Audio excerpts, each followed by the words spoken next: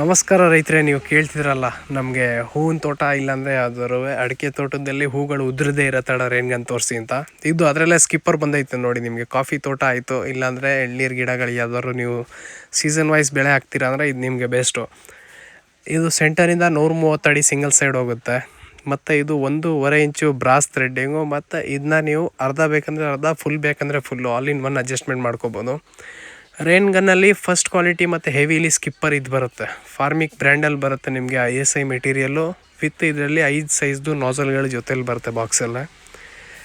ಇದು ನಿಮಗೆ 7 feet height ಬರುತ್ತೆ. ಫುಲ್ ಬಾಡಿ ಮೆಟಲ್ ಮತ್ತು ಬ್ರಾಸ್ ಇನ್ಕ್ಲೂಡಿಂಗ್ ಆಗಿರುತ್ತೆ. ಇದು ನೀವು ನೋಡ್ಬೋದು, 1.5 ಇಂಚ್ದು ಔಟ್ಲೆಟ್ಟು.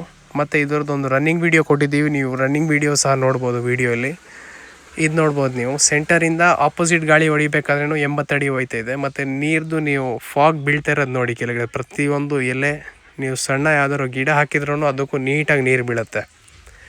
ಮೇಲ್ ಕೊಟ್ಟಿರೋ ನಂಬರ್ ಮೇಲೆ ನೀವು ವಾಟ್ಸಪ್ ಮಾಡಿ, ನಿಮ್ಗೆ ನಾವು ಪ್ರತಿಯೊಂದು ಡೀಟೇಲ್ಸ್ ಕೊಡ್ತೀವಿ. ಪೂಜಾ ಹಾರ್ಡ್ವೇರ್, ಹಂಪಾಪುರ, HD ಕೋಟೆ ತಾಲೂಕು.